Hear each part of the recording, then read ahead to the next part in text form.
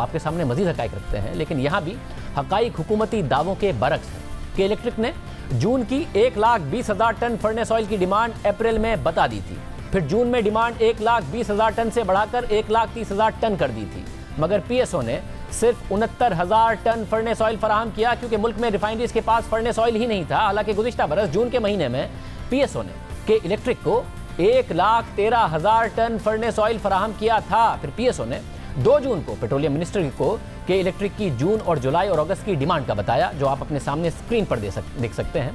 और मिनिस्ट्री को इस खत में 19 मई के खत का हवाला दिया कि आपकी वजारत ने 19 मई को रिफाइनरीज को ज़्यादा से ज़्यादा फर्नेस ऑयल देने का कहा था, मगर आज तक इस हवाले से ना कोई कंफर्मेशन आई है और ना ही एलोकेशन बढ़ाई गई है खत के मुताबिक। इसलिए हम आपसे एक बार फिर दरख्वास्त कर रहे हैं कि रिफाइनरीज को ज़्यादा से ज़्यादा फर्नेस ऑयल देने के अहकाम जारी करें, वरना हमारे पास इसके अलावा और कोई ऑप्शन नहीं रहेगा कि हम फौरी तौर पर फर्नेस ऑयल दरामद करें, ताकि फर्नेस ऑयल की डिमांड पूरी कर सकें, खासतौर पर के इलेक्ट्रिक की डिमांड, ताकि कराची में लोड शेडिंग की क्राइसिस से बचा जा सके, क्योंकि के इलेक्ट्रिक के पास इस मौके पर सूरत हाल से निपटने के लिए कोई ऑप्शन नहीं होगा।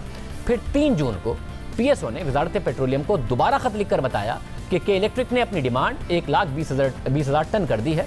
हमारे पास पूरे महीने में के इलेक्ट्रिक को देने के लिए सिर्फ 53,000 टन फर्नेस ऑयल है। यह खत भी आप अपने सामने स्क्रीन पर देख सकते हैं। हम पहले और आगे पीएसओ ने लिखा कि हम पहले ही आपकी वजारत से फर्नेस ऑयल की दरामद की इजाज़त की दरख्वास्त कर चुके हैं, क्योंकि फर्नेस ऑयल की दरामद पर पाबंदी है, इसलिए आपकी इजाज़त के बगैर दरामद नहीं कर सकते। ऐसी सूरत में के इलेक्ट्रिक को LNG के ऑप्शन पर गौर करना चाहिए, ताकि मौजूदा सूरत हाल से निपटा जा सके। हमने के इलेक्ट्रिक की तरफ से इस हवाले से कंफर्मेशन के लिए हम देख रहे हैं, ताकि फौरी इंतजाम किए जा सके। ये पीएसओ ने वजारत पेट्रोलियम को लिखा और हमारे प्रोग्राम में यही मुतालबा के इलेक्ट्रिक के CEO मोनिस ने उस वक्त किया था। हमें 200 MMCFD जो SSG देता है, अगर वो दी जाए तो उसके साथ हमें 4,500 टन पर डे तेल दिया जाना चाहिए, जिसके हिसाब से हमें तकरीबन पूरे महीने का 1,30,000 टन तकरीबन फर्नेस ऑयल बनता है, जो हमें मिलना चाहिए।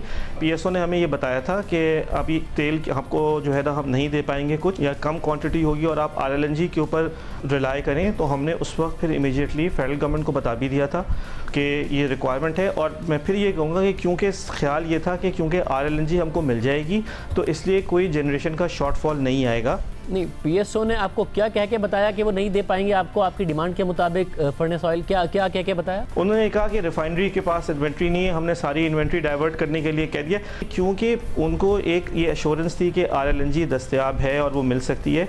तो मेरे ख्याल में उनका ख्याल ये था कि अगर कोई थोड़ा बहुत शॉर्टफॉल होगा तो RLNG से पूरा हो जाएगा। यानी के इलेक्ट्रिक ने पीएसओ को अप्रैल में जून की डिमांड का बता दिया था, पीएसओ ने रिफाइनरीज को बता दिया था, मई में पीएसओ ने वजारत पेट्रोलियम को भी बता दिया था, फिर जून में कि इलेक्ट्रिक ने पीएसओ को वापस बता दिया था और पीएसओ ने वापस वजारत पेट्रोलियम को याद दिला दिया था, और फर्नेस ऑयल ना होने की सूरत में मुतवक्के बहरान का भी बता दिया था, मगर कुछ नहीं किया गया। मुल्क में फर्नेस ऑयल नहीं मंगवाया गया। LNG टर्मिनल 45% की कैपेसिटी पर चल रहा था। LNG की कीमतें रिकॉर्ड कम सतह पर थी, मगर LNG नहीं मंगवाई गई और मुल्क में शदीद पेट्रोल और बिजली का क्राइसिस पैदा करके अरबों रुपए का नुकसान किया गया और सूरत हाल इस नहर तक पहुंचाई गई कि आखिर में दरामद करने के लिए इतना कम वक्त बचे कि फर्नेस ऑयल ही मंगवाया जा सके, ना कि LNG। क्योंकि फर्नेस ऑयल की फौरी दरामद निस्बतन आसान है, मगर बात यहाँ भी ख़त्म नहीं होती। सस्ती LNG पर सस्ती बिजली बनाने का मौका मौजूद था। फर्नेस ऑयल के 12 रुपये 40 पैसे की जगह LNG से 6.5 रुपये फी यूनिट सस्ती बिजली बनाने का मौका मौजूद था। जुलाई में भी दूसरा LNG टर्मिनल महज 60% की कैपेसिटी पर चल रहा था, मगर हुकूमत ने 1,95,000 टन फर्नेस ऑयल दरामद करने का फैसला किया और पीएसओ ने जुलाई के महीने में फौरी दरामद का फैसला कर लिया।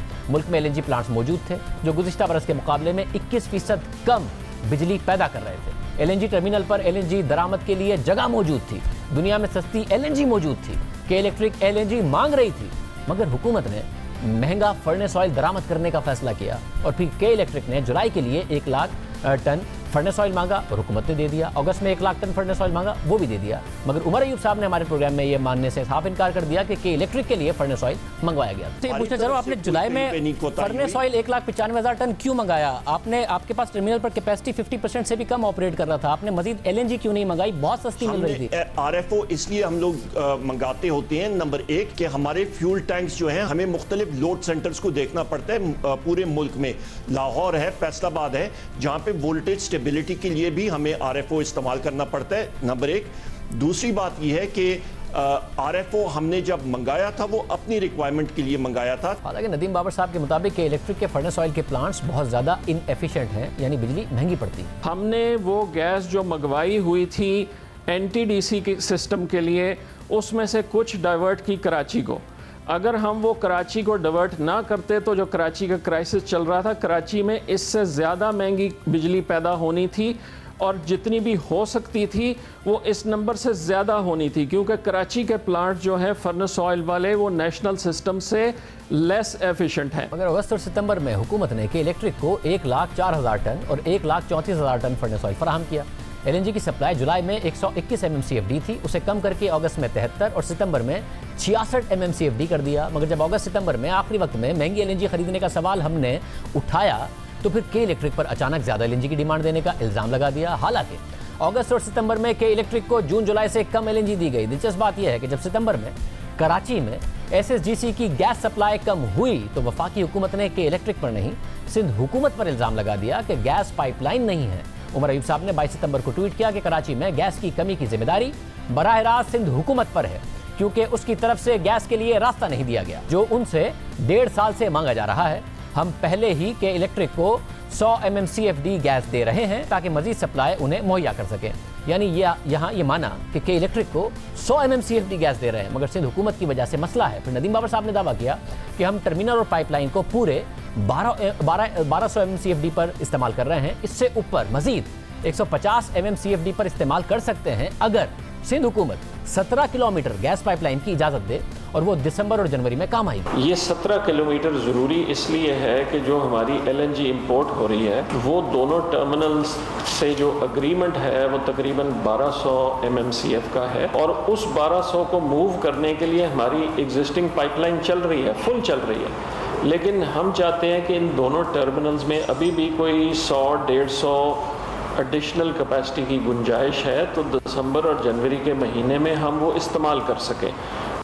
सितंबर में जब बहरान आया तो दावा किया गया कि 1200 MMCFD की पूरी कैपेसिटी पर टर्मिनल चल रहे हैं और सिंध हुकूमत पर जिम्मेदारी डाल दी कि मजीद पर चला सकते हैं अगर सिंध हुकूमत पाइपलाइन डालने। तो जाहिर है कि सिंध हुकूमत को अपनी जिम्मेदारी पूरी करनी चाहिए ताकि जल्द अज जल्द इस पाइपलाइन पर काम हो। मगर सितंबर में प्रेस कॉन्फ्रेंस में कहा कि 1200 MMCFD की पूरी कैपेसिटी इस्तेमाल कर रहे हैं, मगर फिर हमारे प्रोग्राम में कहा कि 1100 MMCFD पर 4 माह से टर्मिनल्स को चला रहे हैं। यानी खुद अपने दावे के मुताबिक 100 MMCFD की गुंजाइश मौजूद थी, मगर LNG सस्ती होने के बावजूद मंगवाई ही नहीं थी और जिम्मेदारी दूसरों पर डाली जा रही थी। अगर किसी ने आपको ये तासुर दिया है कि जी हम टर्मिनल्स को नियर कैपेसिटी नहीं चला रहे, ये गलत है। आप देख लीजिएगा पिछले 4 महीने से हम 1100 या उससे ऊपर जा रहे हैं। हालांकि जो हकाइक हमारे पास मौजूद हैं उसके मुताबिक जून में दोनों टर्मिनल 1200 की बजाय 960 MMCFD पर चले, अगस्त में 1200 की बजाय 1041 MMCFD पर चले और सितंबर में 1200 की बजाय 1082 MMCFD पर चले। वज़ीर आज़म अपनी टीम से पूछें कि क्यों सितंबर में गैस की कमी की जिम्मेदारी सिंध हुकूमत और नवंबर में के इलेक्ट्रिक पर डाल दी गई। हालांकि ना टर्मिनल पूरी कैपेसिटी पर इस्तेमाल हुए, ना ही LNG वक्त पर मंगवाई गई और ना ही के इलेक्ट्रिक ने अचानक डिमांड बताई थी। जब हमने ये बात पेट्रोलियम मिनिस्ट्री के सामने रखी कि आपने ये दावा किया था मगर हमारी मालूमात ये बता रही हैं कि के इलेक्ट्रिक की तरफ से अगस्त और सितंबर में LNG की डिमांड में अचानक कोई इजाफा नहीं हुआ, कि जिसकी वजह से आपको अगस्त और सितंबर में अचानक इतने महंगे रेट्स पर LNG खरीदनी पड़े, जबकि के इलेक्ट्रिक को इन 2 महीनों में तकरीबन पिछले साल के बराबर ही LNG दी गई, तो क्यों अगस्त और सितंबर में एडवांस में सस्ती LNG नहीं खरीदी गई और बिल्कुल आखिरी वक्त में महंगी LNG खरीदी गई? तो पेट्रोलियम मिनिस्ट्री की तरफ से जवाब दिया गया कि इलेक्ट्रिक से हुकूमत का गैस सप्लाई का मुआहदा बहुत सालों पहले एक्सपायर हो चुका है। SSGC फिर भी उन्हें जितनी गैस दे सकती है देती रही है। इस साल SSGC के सिस्टम में कुदरती गैस की सप्लाई 160 MMCFD से गिर गई। के इलेक्ट्रिक को बता दिया गया था कि उन्हें गैस की सप्लाई कब मिलेगी। गर्मियों में कोरोना की वजह से रिफाइनरीज के पास फर्नेस ऑयल ना होने की वजह से के इलेक्ट्रिक के पास तेल नहीं था, इसलिए उन्होंने शॉर्ट नोटिस पर LNG मांगी जो उन्हें 100 से 200 MMCFD की मुख्तलिफ मिकदारों में दी गई थी। हमने अगस्त और सितंबर के महीने का पूछा था क्योंकि प्रोग्राम में इस हवाले से नदीम बाबर साहब और उमर अयूब साहब ने दावा किया था, मगर जवाब गर्मियों के हवाले से दिया गया। मगर दिलचस्प बात यह है कि इस जवाब में ये तस्लीम किया गया कि गर्मियों में रिफाइनरीज के पास फर्नेस ऑयल नहीं था, इसलिए कि इलेक्ट्रिक को शॉर्ट नोटिस पर LNG देना पड़ी। हालांकि उमर अयूब साहब ने हमारे प्रोग्राम में दावा किया था कि इलेक्ट्रिक ने गर्मियों में फर्नेस ऑयल वक्त पर नहीं मंगवाया था। बहरहाल हमने फिर पेट्रोलियम मिनिस्ट्री से पूछा कि हमने मखसूस महीनों अगस्त और सितंबर के बारे में पूछा है कि इलेक्ट्रिक ने इन 2 महीने में कोई इजाफी एलएनजी नहीं ली, तो ये दावा क्यों किया गया कि आखिरी वक्त में महंगी एलएनजी अगस्त और सितंबर में के इलेक्ट्रिक की तरफ से अचानक डिमांड बढ़ने की वजह से मंगवाई गई। तो फिर कोई जवाब नहीं दिया गया।